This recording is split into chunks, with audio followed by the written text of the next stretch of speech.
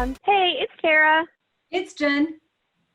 And we are here with a special edition of Girlfriends Talk Marketing. Today we are talking to Dr. Benjamin Hardy, who is an organizational psychologist. He is best-selling author of Willpower Doesn't Work, and he has a new book coming out that's really interesting, especially for business owners who are trying to break through, and it's called Personality Isn't Permanent. So you talk in this book about how you can change your personality. Let's talk first about what you mean by that. Okay.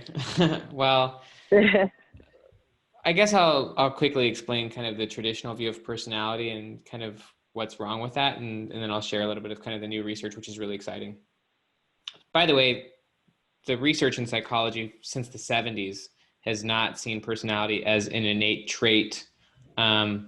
That's kind of a way that pop psychologists or just people in general view personality, is that it's who you are, it's innate, it's inflexible, it doesn't change. And with that view, usually it's viewed as something that you must discover. You know, you've got to discover your true self. And then once you've finally discovered who you really are, then you can build your life around your personality. You can build your relationships, your career, your hobbies around your true personality.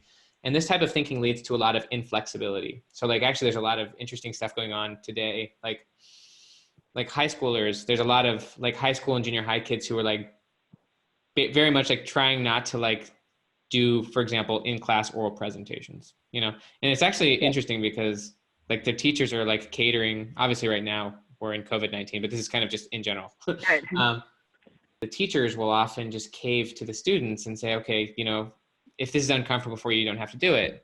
And so there's a lot of inflexibility with this type of thinking. It leads you to not doing things that you think are difficult or things that you don't think are natural.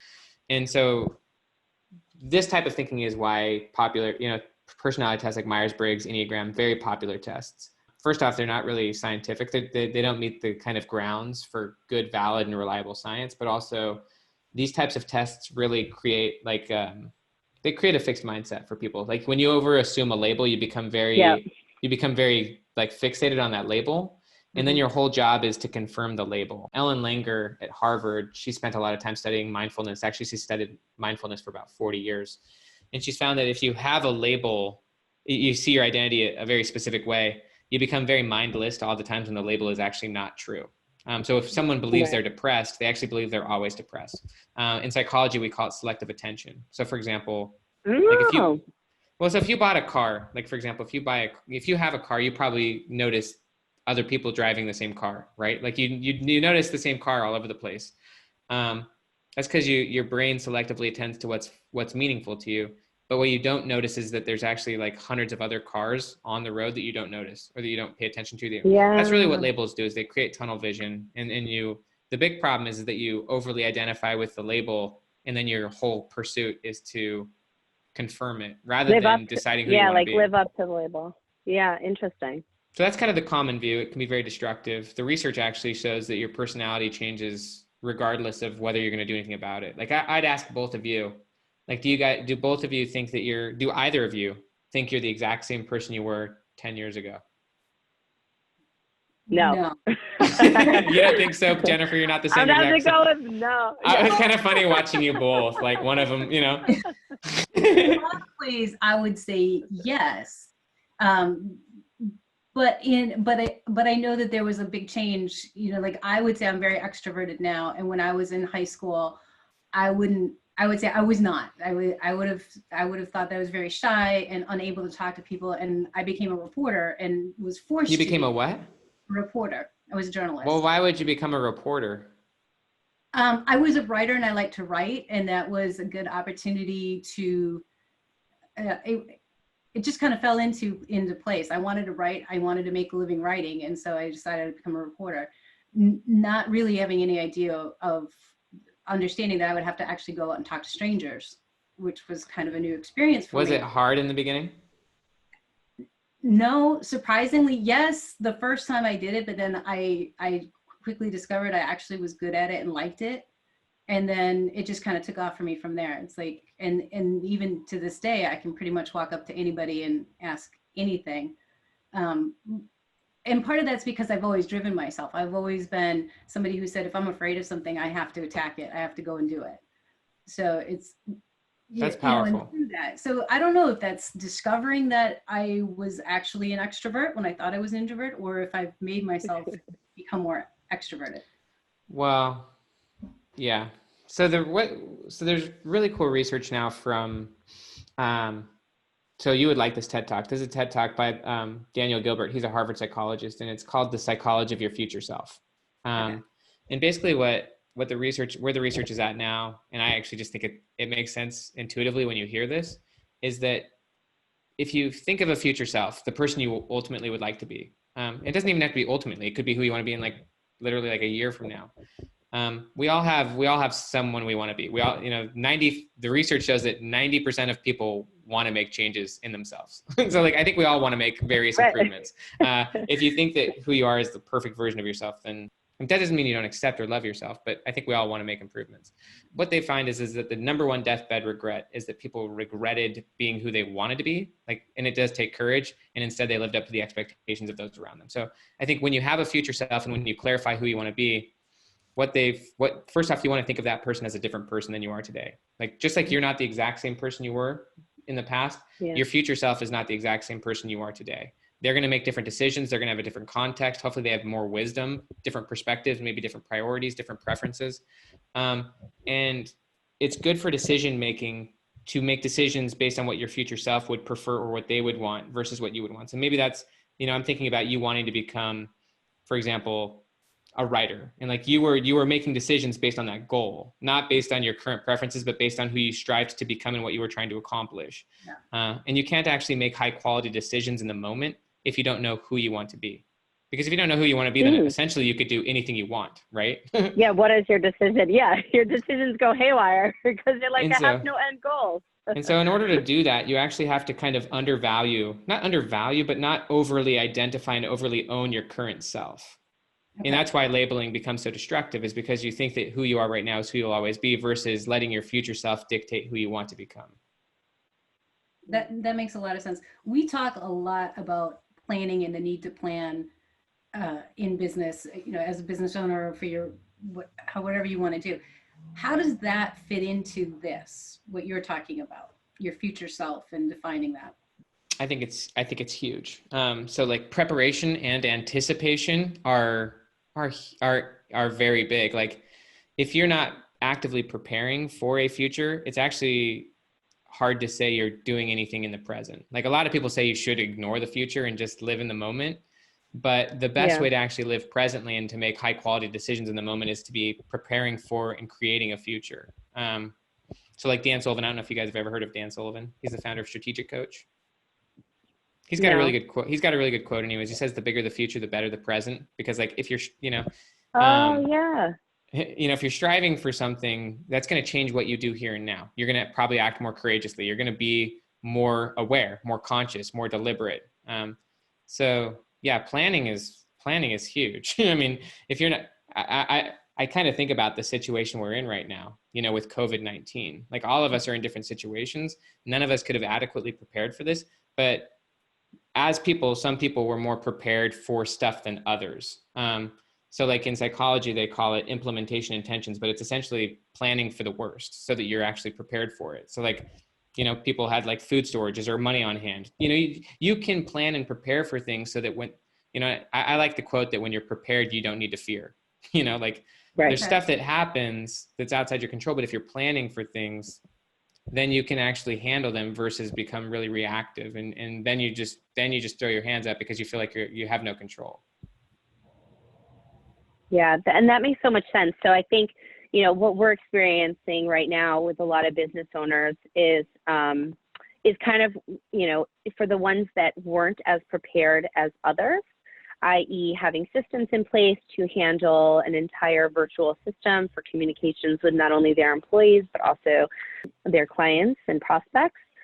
There is some of that reactionary stuff that's happening. And so how would you best give them like a little bit of advice to kind of overcome this, utilizing, you know, the insights that you've gained from your book? I mean, I think that we're all in a unique situation right now. You know, this is kind of a crazy situation, but there's a really good quote that says basically, if nothing is certain, everything is possible, And so like right now, a lot of certainty has been destroyed. And when you're in a situation of uncertainty, you usually are in the fight or flight stage where you're kind of freaked out. This is one of the reasons why people don't try new things. And this is why their personalities remain repetitive more than they could be, is because they don't try new things or experiencing new things. They don't like dealing with uncertainty. Right now, we're kind of forced to deal with uncertainty. And so it's been interesting for me to watch how various people have responded. You ultimately can choose one of, a few ways to do things. You can either find purpose in this and then ultimately choose and create a purpose in this situation. Yep. And I've found a lot of people who have done that. They've given the situation, they've chosen a purpose, given the situation that they're now actively working towards. So they've gone back to having a future. Or you can just focus on what's going on, which you can't control, right? Right. And so you ultimately have to find control. What's really interesting about all of this is that there's a lot of research on hope. Hope and motivation are very similar concepts. You actually can't have motivation without hope. There's a theory called hope theory in psychology. Yeah. And in order to have hope, you have to actually have a goal. You have to actually have something you're striving for, and you have to believe that there's a path to getting it, and you've got to find that path to get what you want. And that may take a lot of work, but then you have to actually believe that your behavior matters and that you can actually do something about it. And so I think hope right now is really crucial. And so is motivation. And you need a goal and you need a purpose in order to do that. And so you have to actually decide in the moment, like based on COVID-19, what are you going to do? What's your purpose? Or at least what are you going to accomplish, and what are you going to do by the end of this situation? How can you use this to move forward? That's a good perspective. I've actually been thinking a little bit lately about the contrast of hope and worry, and how in some ways those are kind of opposites, because worry, they're both involve things that haven't happened yet or your future, and they both affect how you behave. If you worry about something, you pull in and you get more negative, although it can be a positive in getting you to do stuff, but generally it pulls you back and it makes you pull in instead of reaching out. Whereas with hope, you act differently. You behave as if this thing that you want is going to happen. Yeah. There's been an interesting question I've asked my audience, and it's gotten a lot of interesting responses. So there's really two questions. One is, what are given your current situation, because we're all in different situations, what are the things that you're glad you were doing before COVID-19 happened that allow you to be in a better situation now? Like, what are the things your former self was doing? Like 6 months ago, a year ago, maybe 5 years ago, but what are the decisions and the things you were doing before this happened that you're really glad you were doing? And you had no clue this was going to happen, Right. But the other question, because this can kind of allow you to think like, well, I'm glad that I made some of these decisions. I'm glad we started a podcast, or something like that, Yeah. But the other question is kind of with your future self, like, how is your future self helping you get beyond this? Because there's a lot of silver lining. There can be silver lining if you have a future self that's pulling you beyond this. And so if you don't have a future self that's beyond COVID-19 or beyond the situation, it's really easy to get distracted, caught up in just the messiness of the situation, and also just the complexity of what it means for your business maybe. But if you have a future self, then you can be focused. You can have courage. You can kind of actually take steps forward regardless of what's happening. So I think that those two were kind of interesting questions that I got a lot of interesting responses from. Yeah, that's super interesting. One thing, this kind of, you've been mentioning it a lot during our conversation now, but this concept of your future self, and going back to what you said about, we've heard the last few years about just live in the present, just make the memories and not photo them, not be on your phone all the time, blah, blah, blah. And now it's kind of swung back to, okay, well, how do we blend technology with, communication, everyday existence, but to folks that haven't really thought about what their future self looks like, is there like a kind of a conversation starter or a question that prompts how to get people to even think about this? It's an interesting concept, and it's an important concept. And, I would like to, for our listeners, like, is there something that they can start with to start to define this, or to ask questions, like one question to think about what? There's a lot of how they would questions define to their think future about. self. Yeah. Yeah. Honestly, throughout the book, actually, I literally have about 200 journal prompts. But let me, Perfect. but I will actually read you some of the questions since you actually asked for specific questions. Yeah, because I mean, if people haven't been thinking about this, this is something that they can walk away with and say, okay, I need to get going on what my future self looks like. Here's what's really interesting. Like, I'm sure, have either of you guys ever heard of the 10,000 hour rule by Malcolm Gladwell? Yes. Yeah, Malcolm. Yes. Yeah. So what's interesting is that the 10,000 hour rule actually isn't true. So he stole that from an idea. There's a researcher who's been studying high performance for the last 30 years. His name is Anders Ericsson. He actually came out with a book called Peak, but the idea comes from an idea called deliberate practice. I don't know if you've ever heard of that. Deliberate practice? No, but I've heard of Peak. Yeah, not deliberate Peak's practice. A good book, but I'm just bringing this up, and then I'm going to go straight to the questions, but I just want to give it a little bit of context. Yeah, no. Basically so let's just put it this way. You could do something conceivably for 10,000 hours and not get any better at it. Like, it's possible to do something over and over again repetitiously and actually not develop skill. So it's not really about the amount of time you do something, but it's called deliberate practice because in order to become really exceptional at something, you actually have to do it deliberately. You have to actually go through. So the goal shapes the process. So like for Olympians, for example, or people who are really good at what they do, they have a goal or a future self in mind, and their process, their daily actions or their practice is literally them striving to become their future self. And there's obviously ways to do it. So if you have a specific goal, like let's just say in the gym, like, or for your physique or for your fitness, your process or your practice is going to be very different than if you don't have a goal. So I just wanted to give that because I've written far less blog posts than a lot of the people, like let's just say on medium.com. I've seen people who have written thousands of blog posts and they haven't actually made much advancement in their career as a writer. And I think a lot of that has to do with kind of, if you don't have a specific goal and then you don't shape the process to that goal, then you're kind of almost wasting your time because you're not using your daily actions or process to actually transform yourself. So with that said, your blogs have been read by over 100 million people. Yeah, they have. It's interesting. I actually wrote an article 2 days ago about personality tests just for fun because it's been a while. I've written 2 books and finished a PhD in the last 2 years, and so I haven't been blogging very much in the last 2 years. But I'm trying to get back into it, and I wrote an article on personality tests, and it's it did very well. But here, by the way, I'm going to read something because this is kind of a funny narrative, and I've never actually read aspects of this book on a podcast, but you told me to get hyper specific. Yeah, you told me to get all specific, and so I'm like, all right, I'll get specific. Well, I first want to just read this narrative from Matthew McConaughey, and then I've got like maybe 8 questions that people can start to ask themselves. But Matthew McConaughey gave a really interesting speech when he won an Academy Award. I don't know if you've heard this, but it's really worth watching, and maybe you should throw it into the show notes. I'm just saying it's a pretty good thing. It's on YouTube. But Matthew McConaughey, he was giving a speech and he was telling about who his hero was. And this is basically what he said his hero was. And I don't know if you guys like Matthew McConaughey, but I don't really have I do. I don't have the biggest opinion of him. Like, this is a cool quote. Did you say you don't know who he is? No, I said I like him a lot. Oh, okay. I thought you said I don't know who he is. Oh my gosh, no, I love all him. Right. Here's what Matthew McConaughey said. He said, when I was 15 years old, I had a very important person in my life come up to me and say, "Who's your hero?"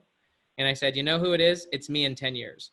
So I turned 25. 10 years later, that same person came up to me and says, "So are you a hero?" And I was like, "Not even close. No. And she said, "Why?" And I said, "Because my hero is me at age 35. So you see, every day, every week, every month, and every year of my life, my hero is always 10 years away. I'm never going to be my hero. I'm not going to attain that. I know that. And that's just fine because it keeps me with someone to be chasing." So that's kind of just a little bit of background. But I just think it's essential to have someone, I would actually argue that your future self should probably be about 2 or 3 years into the future because I think that's really clear. But here are some questions you could ask yourself. And again, I just want to re-emphasize that the number one deathbed regret, there's a lot of research behind this, is that the people didn't have the courage to be who they really wanted to be, and instead they were living up to the expectations of those around them. One of the biggest predictors of personality is obviously your peer group. Another big predictor of your personality is the roles that you're in. You have a different persona in every role that you're in, as a podcaster, as a friend, as a parent. And you want to be aware of how you're showing up in those roles. All right. So in thinking about your future self, what is their day-to-day like? Like literally, what is their day-to-day life like? What are they up to? What do they stand for? How much money do they make? What types of clothes do they wear? How do they interact with other people? How do they view their present and their future? What is their purpose? Where do they live? Who are their friends? What skills and talents do they have? I mean, those are very basic questions, Yeah, but that's but great. I think that they can get you kind of moving in a direction. I honestly think like, just ask yourself, what do you ultimately want to be doing? You know what I mean? Like, where do you want to be, and who do you want to be, and how do you want to show up in your relationships? What do you want your circumstances to be? I mean, those are pretty honest questions, but here's the next step. Once you've actually admitted that and owned it, you need to start telling everyone about it. This is kind of the scary part for people, is you need, because what they say is that identity is based on the stories you tell. Usually most people's identity narrative or their story is based on who they've been. And it's a pretty repetitive story. I'm an introvert, or I'm shy, or this is who I am. But if your story becomes flipped, where it's towards your future self, where you start telling everyone who you're striving to be. And again, that's not who you are today. You're not that person yet, but this is who you're wanting to be, and this is what you're committed to. Then you create a lot more of a clear identity and a lot more of a clear environment. Now, are you telling them this, like saying, this is what I want to be, or are you saying this is what I am? So this that is what I want to be. Your future self is not who you are.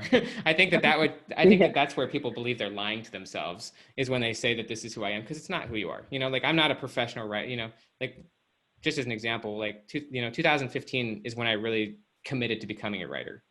But if I said I'm a professional writer and I'm living in my parents' basement, you know what I mean? Like, but if I said I'm going to be this person, and this is what I ultimately want to do, or this is what I'm really committed to doing, and this is what I'm striving for right now, and this is the person I want to be. So I want to be a professional writer, and I want to be providing for my family, writing books on these topics. Then people are like, oh, that's interesting. Like, it's good to know that, like, I think that often we don't tell people what we really want, especially those around us. And instead we kind of just live up to the role or the persona that we've been in that relationship. And, this is why sticking with the same peer group for too long of a period of time can really limit you. Yep. You mentioned interesting. In the book, there was a story about a guy who was a smoker all of his life. And one day he walks into, he moves to a new job, and they offered him a cigarette, and he said, no, I don't smoke, never have, never will. Did you like that story? I love that story. I just was kind of. I want to hear your reaction to that story, actually.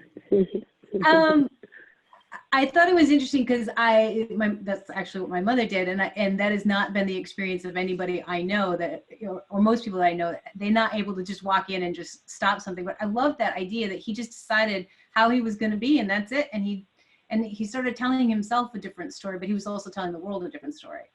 But it was like he had changed. The never have, never will part. I don't know.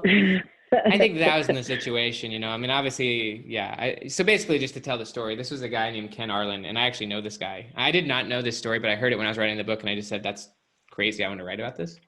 But basically, he had been smoking like a chain smoker all through high school, even college, got out of college, and moved to a different state. And by the way, that's pretty important, because when you're trying to overcome habits, and it's important to admit and know that he didn't want to be a smoker. He had tried quitting dozens, probably hundreds of times. And the big thing about addiction is that you begin attaching it to everything else you do. Like, he couldn't drink coffee without smoking. He couldn't wake up without smoking. Like, you begin to believe that you can't do anything without the dang thing. That's when you know you're addicted, is if you can't do anything else without having first done this thing. But he had wanted to quit a lot of times. And I think it's important to realize he had moved to a new environment. He was in a state of transition. And when you're in a state of transition, it's a lot easier to make change. He was around new people. No one knew who he was. And that's kind of what he leveraged, is he basically on his first day in his job, and this was back in the 70s, there were smoking areas, even back in hospitals back then. But he went to the 90s, unlike the 70s. Yeah, like so he went into the smoking area. ago, Yeah, he went to the smoking area, and he was offered a cigarette. And he just said, no thanks, don't smoke, never have, never will. Now, obviously, that's kind of a lie, but that he said that, and he never actually changed the story to the people at his office. Like, he was a non-smoker in that environment. That was his identity.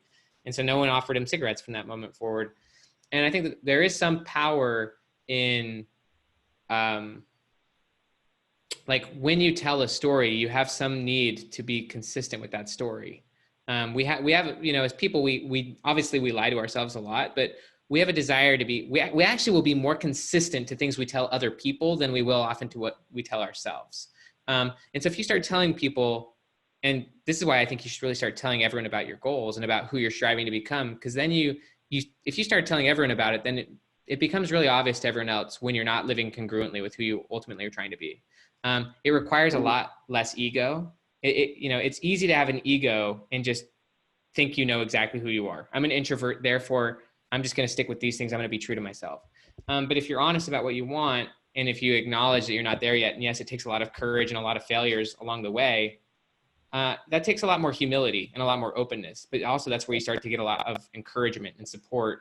And if you're wanting to become more than you currently are, and I really love the quote from Dan Sullivan where he says that confidence is developed through making progress towards goals above your current capabilities. I think that's how you build confidence and flexibility as a person. That's how you actually get to the point where you can take on bigger challenges and bigger goals.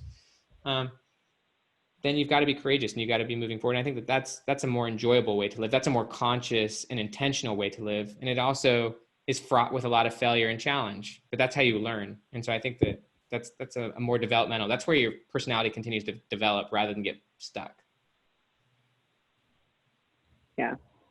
So true. I love it. No, I do. I mean, the stories you tell are ultimately kind of the reality that you live in. And even just reminding people to break down the different roles. Like I have a mom role, I have a wife role, I have a friend role, I have a work role, like how to set boundaries around those roles. And then also how to have future selves in each of those roles as well, so that you can, constantly be striving for, the best self of you. Yeah. So it's great insight. I mean, it's very easy. Think about it. This is interesting for people. There's certain people who are like literally CEOs of companies who are like powerhouses at work. And then they go on like a family vacation and they're like the younger brother. And all of a sudden they go back to like being a little kid. Like, so like you can easily shift into a character when you go into a role, and you can then go into kind of a non-conscious way of being. And I think that they say that honestly, one of the reasons personality is very stable and predictable for most people is because they're in the same roles that haven't been redefined, or they're in the same situations over and over and over again. Yep. Yeah. So cool. So you've got your book coming out, which, this is your second book. So as you said, you've been busy bee the last 2 years. How else can people find you? And what new projects do you have on the horizon other than trying to get some more blogs in? So people can read my blog posts essentially anywhere. I mean, they're on a lot of places. I would recommend just going to benjaminhardy.com. That's where my website is. That's where my blogs are.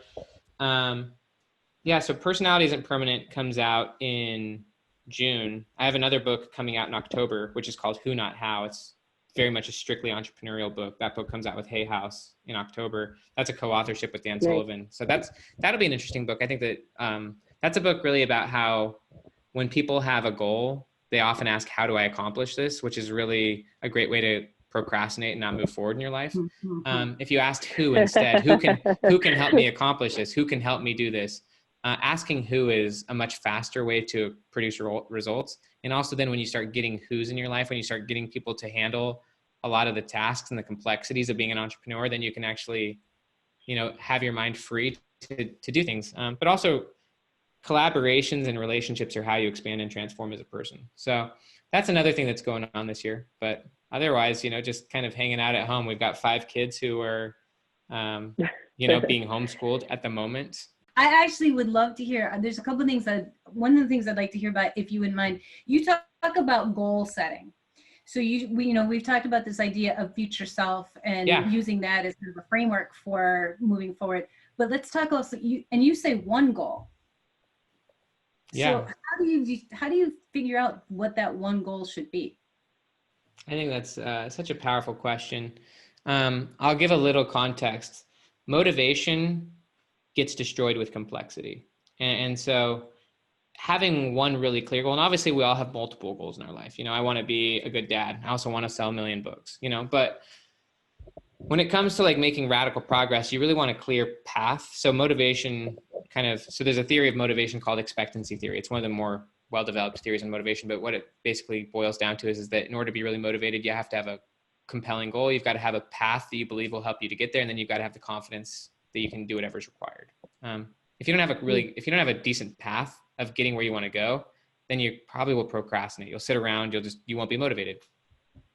So anyways, I'll use myself as a quick example, and then I'll break this down, kind of going back to myself wanting to become a professional writer. So like in 2015, I wanted to become a professional writer, and I defined out the future self. It's really important to define out future vision first, future self. Like you got to define your future identity, because that kind of gives a lot of why and context to why you would pursue a goal in the first place. And then once you've defined your future self and circumstances, myself at the time, I wanted to get a published book. I wanted to be published with one of the big publishers in New York. I wanted to be making at least 6 figures so I could provide for my wife and my kids. I wanted freedom of time. Like that's me sketching out my future self. Once you've actually sketched that out, then you need to think about what must be true in order for this to be a reality. What must be true in order for my future self to actually exist. So like in my case, after having done a lot of research, figuring out these publishers, figuring out how things work, I came to the conclusion that I needed to get a 6-figure book deal in order for my future self to be a reality. If I got a 6-figure book contract with one of these publishers, then I'd be making the money, I'd be doing the things that I wanted to be doing, I'd have the flexibility to be the parent I want to be. And so what's cool about this one goal is that it allows you to be successful in all of the other areas of your life. So like that one goal for me, if it was true, would not only allow me professionally to be moving in the direction I wanted to go, but it would also allow me to be the father and the parent I want to do, because it would also create freedom. So, when you're thinking about one goal, one major goal that you want to accomplish, I would ask yourself, first off, obviously when it comes to who your future self is, what one outcome, if it were true, would really allow you to be who you want to be, or would allow you the circumstances you want to have? Like what outcome, and it could be a financial outcome, it could be a relationship outcome, it could be, but what's the one outcome that if it was true would be the biggest lever for you? Obviously there's other levers that are going to have to happen along the way, but like, what's the one thing that if it actually was real, it would open up a lot for you? Once you have one outcome, the brain really likes tangible things. It likes numbers. It likes events. So like, for example, the finish line of a marathon is an event. Like, that at some point, if that's your goal, that you're going to cross that finish line, your brain can see that. Your brain can see numbers. Your brain can see like $1 million. And so it's really good. The goal should be really tangible and measurable. But obviously that it opens up your future self. But once you have a tangible, measurable outcome, then you can reverse engineer a process. So for example, if I want to run a marathon in 4 hours, that's going to be a different process than I want to run a marathon in 3.5 hours. But both of those are very measurable. Whatever your goal is, then it determines the process to getting there. So for me, once I was like, okay, I'm going to get a 6-figure book deal, I then had to ask tons of people, literally probably hundreds of authors and agents, what the heck is involved in doing this? Probably not 100, but probably 40 or 50. And the conclusive answer that I got over and over was, you need 100,000 email subscribers or more, if that's your goal. Like, you need to get, you're not going to get a 6-figure book deal without 100,000 email subscribers. And so I'm like, oh, like that's good information. I'm clarifying my path, which is really good for motivation. Then you just can keep reverse engineering it. It's like, how do you get 100,000 email subscribers as a blogger? So then I started just doing research, learning how to write viral articles, learning how to market. One of the things that Kobe Bryant said, which I think is really cool, is he said, once you know what you want, then the whole world becomes your classroom, because then you can find the information that will help you to get there. If you don't know what you want, then literally all learning almost becomes wasteful. Like, you could read a great book on marketing, but if you're not trying to grow your business, you're going to forget almost all of it and you're not going to use it, So, which brings us to the question about your own marketing and your own brand building, because you've clearly been able to do that successfully. What would you say is your biggest failure when you were trying to climb? My biggest failure was this book, to be fully honest with you. Willpower Doesn't Work. It was an ultimate failure. I spent a lot of money trying to market that book, and almost none of it worked. Even me and a mentor, we tried to do like a Tesla contest, which was his idea. I've never done a contest, but he gave me his car and said, let's create a contest. Like whoever applies Willpower Doesn't Work and changes their life, let's give them my car, a Tesla. I'm like, okay. Like, we threw that plan in literally a week before the book came out, and it was a really bad idea. It didn't work, and it became a distraction to the rest of the launch. And the book's done relatively well, but it's done terribly compared to what it was projected to do. And so but But, this is one of the core aspects of the book, actually, is honestly, the past can be viewed in one of two ways. Either something happened to you or it happened for you, so it's like Yep. either you can frame it as a trauma or you can frame it as learning, so either the past is information or it's emotion. So like, I'm choosing not to be emotional about what happened. I'm choosing to use it as very valuable information so that I can hopefully do better launching the next book. But I did make a bunch of horrible mistakes on that. I've made plenty of mistakes. I mean, when I had my own Forbes blog, for example, I've lost lots of really big blogs. Like, I'll just say it. Like, there was one time when I was honestly trying to get in touch with Tim Ferriss. And so I wrote 3 articles about him in one day on Forbes, and I got kicked off of Forbes. Like, I've done so many stupid things. It's ridiculous. I've done a lot of right things as well, but I've done so many stupid things that, at this point, you just hopefully take it as learning. Well, and you could be vulnerable enough to talk about them. That's one thing that as a society, I think everybody needs to be a little bit, this will help with sharing, this will help with communication and ultimately understanding yourself as a person. And then also, kind of the future self that you want to be is, okay, when can I, admit that this wasn't my best and then do better the next time? So, that's all. I like your definition of it's either happened to you or for you, because we often talk about this happened so we could learn and grow from it, Yeah. I think just like being vulnerable about your goals and about who your future self is, I think it's beautiful to be just open and honest about your biggest blunders. I think Yep. that you can remove the emotional impact of them where they're less traumatic, Right. and where they're more just like, this is something that happened that I'm not that same guy anymore. I'm not the same person that launched Willpower Doesn't Work, and it's okay that that's where I was. I think that being a little bit, that to me, I call that psychological flexibility, like it's being a lot more flexible as a person, a lot more open and honest, versus holding everything so tight, being more emotionally rigid. That'll really stop you from growing and connecting with other people. I think that's important. It's important in life, and it works in business as well. I had another question about, you had talked about vision, and you talked about vision in terms of company. I know in the book it's really about personal vision, but you also mentioned vision as a company. And I wanted to hear your thoughts on how does a company go about, what is your definition of vision, and what should a company do with that? Like, the vision of a company has to be, what are we trying to accomplish? Like, where do we want to be? What are we trying to stand? Like, what do we stand for? A lot of that has to do with values more than vision, but I think that the vision is ultimately, what are you trying to accomplish? I think one last question, and I'll just share this. This is a Dan Sullivan question, but I think it really clarifies vision, is just the question, who do I want to be a hero to? Like, who are the people you want to be a hero to? For your audience, it sounds like the people you want to be a hero to are small business owners who are trying to improve their marketing in some way. Like, I think it's probably a lot more deeper and detailed to that, but clarifying your audience in a lot of ways actually clarifies your purpose. And you may want to be a hero in different ways. Like, I'm sure you two want to be heroes to each other. But also you want to be a hero to your audience. You want to be a hero to your family. So like, I think that clarifying your audience and who you want to be a hero to also really helps with your purpose. That's a great question. Yeah, I love that question. I'm in love with that question. Yeah. It really helps. Yeah, I think that's one I haven't heard anything asked from that perspective before. Yeah, who do I want to be a hero to? That really helps you to think, who are the people I want to serve? Who are the people I can help? Who do I want, and how do I want them to see me because of how I'm helping them? If you're a hero to those people, what are you doing for them? What are you doing? Exactly. Because then you can back into all of the other elements that you need. Well, you ask them that question. It's amazing to ask someone, how can I be a hero to you? Like, what would that look like? I tell my team all the time, I'm like, this is how you can be a hero to me. And this is how you're going to drive me crazy. But I also want to know, how can I be a hero to you? What do you need? And how can I help you with that? That seems to me to fit right into the whole buyer persona that we talk so much about.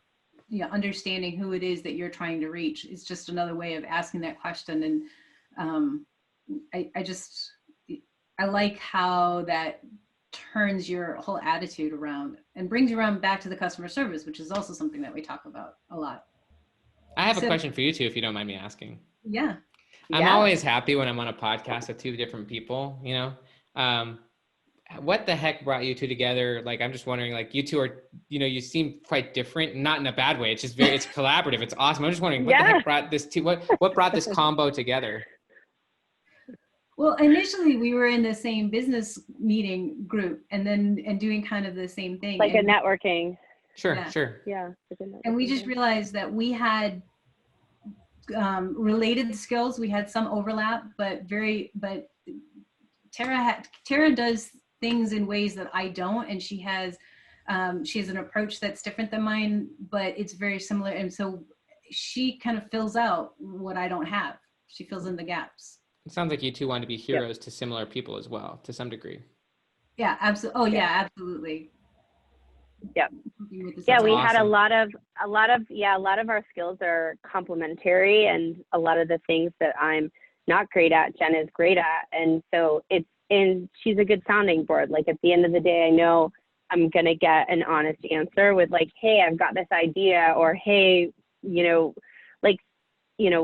actually talked a lot about the last year in terms of expanding our client portfolio of who we actually are going to say no to. And we've been utilizing the power of no. We've kind of talked about that as like a little topic for a workshop, just in general, to help with small businesses, because we firmly believe that, life's too short to work with people that you just don't get along with and you don't want to work with on a day-to-day basis. At the end of the day, we were able to come together as a good mix for the clients that we work with, from the skill set and networks that we both have. And it's blended really nicely. And now it's been like 3 years and something like that. So it's working. And that's awesome. So that is working. Yeah. At work. Sounds like an awesome collaboration. I just want to know, because I think it's fun for me when I see teamwork and collaboration. It's just like I just want to know how the heck it happened. Yeah. That's so cool. Yeah, it was very. I'm in love with it. It was very organic. Yeah, it was very organic. But it was, at the end of the day, we were like, we started working where she'd be like, hey, can you work on this with the client with me? And I would be the same thing, like, hey, this client needs, PR and writing and, ebooks and things like that. And then we were just like, what are we doing? We should just join forces and be like a superhero team to our clients. And so it's kind of what we did. So it's good. It's been learning curve, as everything is, but it's been awesome. So thanks for asking. I'm like, I feel like we have never gotten that question before. To me, I think it's interesting. To me, I'm fascinated by you two, and I just wanted to know what led you two to working together. So thank you for sharing. It's really cool. Yeah. You're welcome. Well, thank you for joining, everybody. Thanks for tuning in, and we'll see you next time.